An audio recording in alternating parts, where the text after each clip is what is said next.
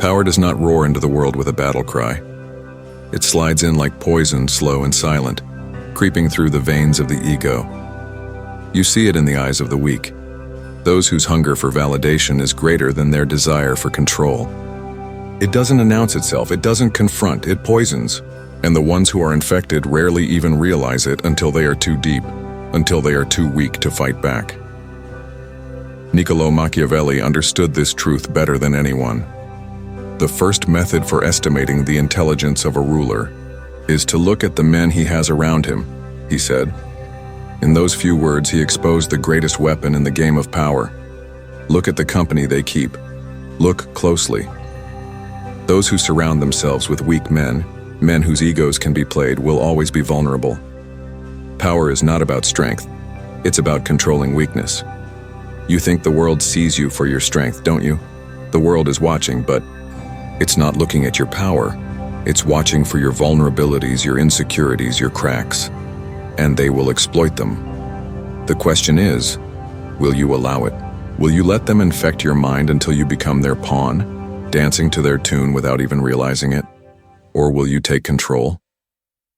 In this video, I'll reveal how Machiavelli used 3 venomous rituals, subtle, calculated, and utterly devastating, to strike at the weak and infect their egos. These are not for the naive. These are tools for those who wish to move in the shadows, those who seek to manipulate and control without ever revealing their hand. You will learn how Machiavelli broke the strongest minds, twisted their thoughts, and left them vulnerable to his every whim.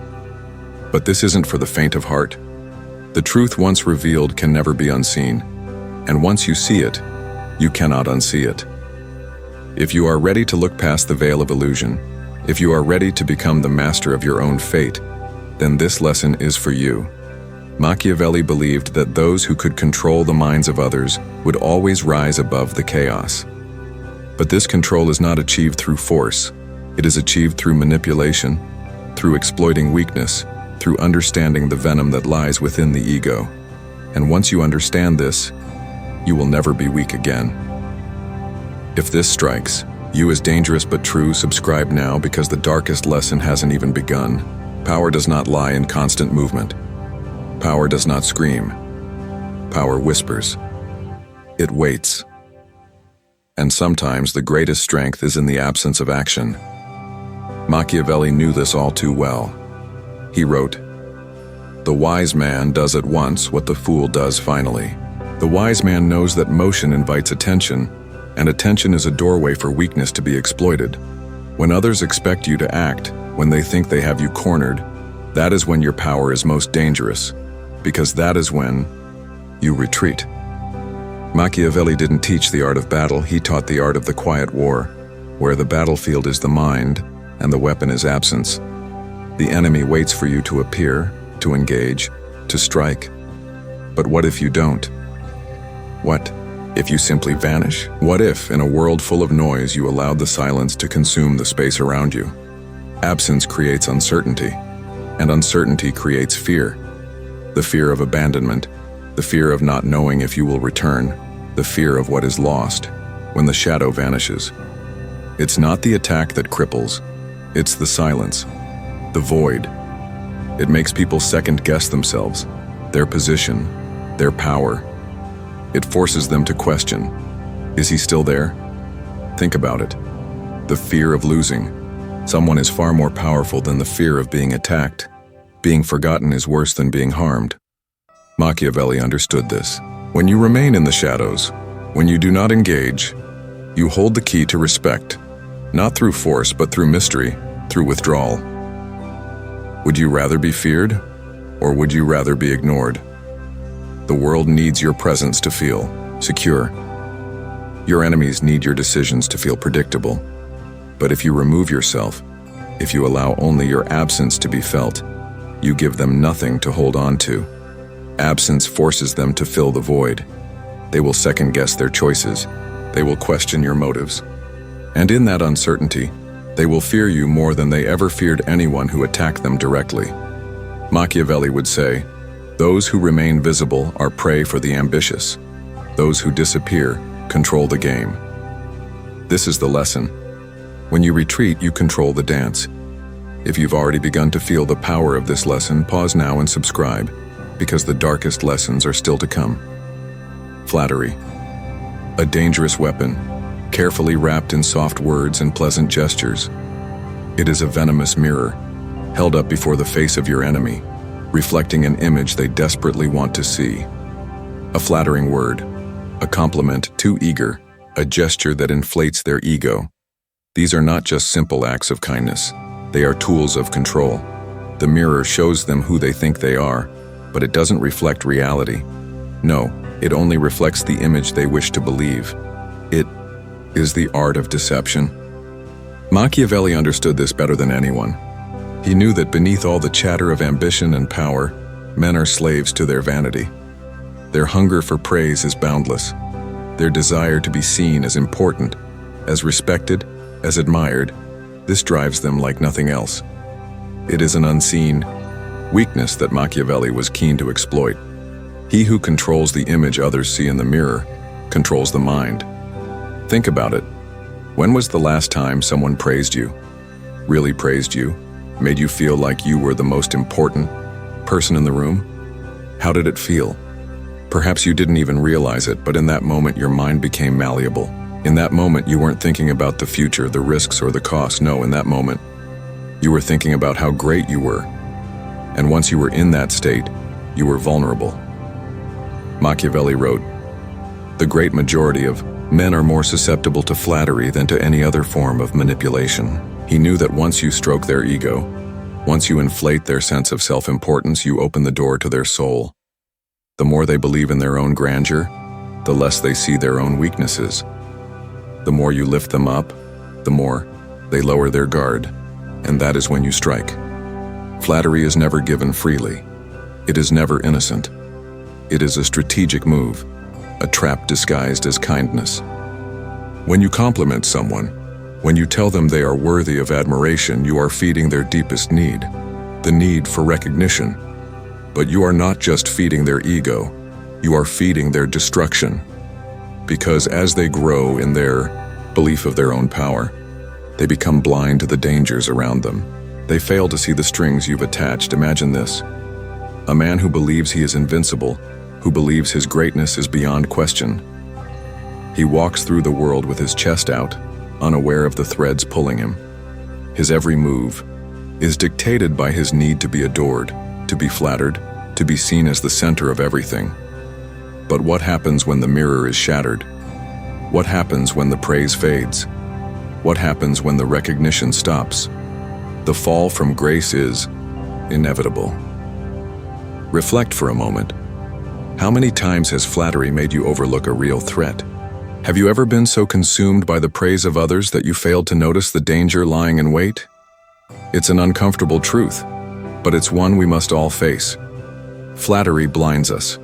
It makes us believe that we are untouchable, that we are above the chaos of the world around us. Machiavelli mastered this. He used praise to weaken those who stood in his way. He didn't need to fight them in the traditional sense. No. He simply played the psychological game of inflating their egos, of feeding their vanity until they were too proud to see the trap. And once they were caught, once they were lost in the illusion of their own greatness, Machiavelli controlled them without ever lifting a finger. Ask yourself, how often have you fallen prey to your own vanity? When others complimented you, did you stop and consider if their words were truly genuine or if they were just carefully crafted tools to draw you in? Machiavelli never cared for your authenticity. To him, praise was the weapon, and the mind was the battlefield. If you think you've understood the depths of this strategy, hit subscribe. You'll need these lessons when the game turns darker. The truth is, the more you flatter, the more you pull the strings. The more they believe in their own grandeur, the more you can control their every move. But here's the key. Flattery is not about the words you say. It's about the actions you provoke.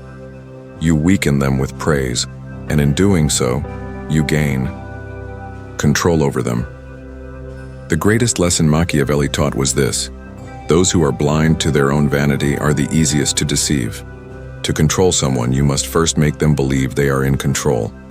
And the easiest way to do this is through the mirror. You hold up a reflection, you give them a glimpse of what they want to see, and as they grow intoxicated by it, they will never see the true reflection of their soul, of their vulnerabilities. The more you flatter them, the more you own them. Now, you must decide, will you use this weapon? Will you use flattery to twist minds and control destinies? Or will you remain a pawn in someone else's game? A crisis, real or imagined, can be the most powerful tool in the arsenal of anyone who understands how to wield fear. It is not just the chaos that makes a crisis dangerous. It is the illusion of impending destruction that drives people to act irrationally. To create fear, you don't need to wait for an opportunity. You can create the opportunity yourself. This is the true power of chaos. When you orchestrate a crisis, you don't just stir the waters, you set the entire storm in motion. Machiavelli, a master of human nature, understood the psychology of fear as few others did. He didn't wait for the world to deliver a blow, he made it happen. He didn't wait for his enemies to be vulnerable, he manufactured their vulnerability. To him, the crisis wasn't a misfortune, it was an opportunity, a tool for absolute control. By creating false threats, by raising the stakes when the tension was at its peak, Machiavelli knew how to force his enemies into a corner. When the pressure is applied, when the very ground they stand on begins to shake, they lose their clarity. Their rationality slips away, and in its place comes desperation. Desperation makes men react, and reaction is the enemy of sound judgment. This is the ritual Machiavelli practiced. He did not simply wait for others to make mistakes. He created the circumstances that would drive them to act irrationally. He manufactured the crisis, making them believe that the world was about to fall apart, so that they would make decisions that played into his hands. The crisis becomes the catalyst, a force that drives others to act when they otherwise would have hesitated. It does not matter if they succeed or fail. What matters is that they are off balance, their decisions dictated by the chaos you created, not their own reasoning. And while they stumble, you remain calm. The chaos is their battlefield, not yours. Machiavelli never waited for the storm, he created it. He understood that when others are caught in a storm of their own making, they are more likely to make mistakes. And mistakes, those are the seeds of power. Think about it. How often do you let external circumstances dictate your decisions? Have you ever been caught in a crisis, feeling overwhelmed, trapped like there was no way out? How often do you find yourself reacting instead of acting strategically? Now imagine turning that same feeling into your weapon. Imagine creating the crisis, not just surviving it. Machiavelli wrote, "A wise ruler will create a crisis when he knows his enemies are at their weakest." He didn't care for mercy or compassion. He understood that in the world of power, chaos is a tool. It is not an enemy to be feared. By creating chaos, he forced his enemies to abandon rationality and embrace emotion. And emotion, driven by fear and desperation, is always the weakest force in the room. The ritual of the manufactured crisis is about control through fear. It is not about waiting for the world to turn in your favor. It is about making the world turn the way you want it to. You push others into a corner where they believe they are at the edge of catastrophe. You make them believe that everything is at risk, and in that moment, you lead them to a decision that you control. How often do you find yourself reacting to crises in your life? How often do you let the weight of external pressure decide your fate? This is the moment you shift. You must not let the chaos control you. Instead, you become the creator of chaos. The game changes when you realize you can make the storm, not be caught in it. Machiavelli believed that chaos is not something to avoid. It is something to be mastered. A manufactured crisis is not just about creating fear. It's about directing that fear, shaping it to serve your purpose. The chaos becomes your puppet. The enemy becomes your marionette, dancing on strings that you control. They scramble for solutions, they rush to act, but they don't know they're walking into a trap. Think about it. Can you control the chaos around you? or does it control you? The moment you can control the storm, you become the ruler of the winds. You become the force that shapes the world, not the one who is shaped by it. If this ritual has ignited a shift in your thinking, pause and subscribe, because the most powerful lessons are yet to come. You will not be a slave to circumstance. You will become the architect of your own world, and the chaos will bow to your will. Once you understand this, you will never be a victim of circumstance again. The storm is not a force to fear, it is a tool to wield. The crisis is not a fate to endure, it is a weapon to control. And now you must ask yourself, will you be the one who is tossed around in the storm? Or will you be the one who creates the storm and watches as the world falls at your feet? The venom has been injected, the games have been revealed. Now the question is, how will you wield the knowledge you've just gained? Machiavelli never sought to be liked. He never aimed for approval. To him, power was the goal. The crown was not for the benevolent, but for those who understood how to play the game, how to manipulate, control, and emerge victorious. In the world of power, the lines between right and wrong are blurred. There are no moral high grounds, no ethical considerations. There is only winning, and those who understand the deeper currents of human nature, the venom of the soul, are the ones who sit at the top. Machiavelli understood that silence is often louder than words. Action is meaningless if it does not speak with purpose. To remain still, to withdraw into the shadows is not weakness. It is the ultimate strength. In the noise of the world where everyone is desperate to be heard, the silent ruler commands the most power. When you are visible, you are a target. When you disappear, you become a question. They will question you, your intentions, your next move. And in their uncertainty, you hold the power to control them. Silence is your voice. Absence is your weapon. When you speak, let it be with the weight of calculated control, like a king who never speaks out of turn. But when he does, the room falls silent. Remember, power is not about how much you can do. It is about what you leave undone. In the quiet of your actions, in the stillness of your presence, the world will fall at your feet. The venom you've been given will guide you, sharpen it. And so, I leave you with this question. Will you continue to be a slave to the world's chaos, or will you become the one who commands it? Machiavelli would say, those who know how to withdraw know how to win. The game has only just begun.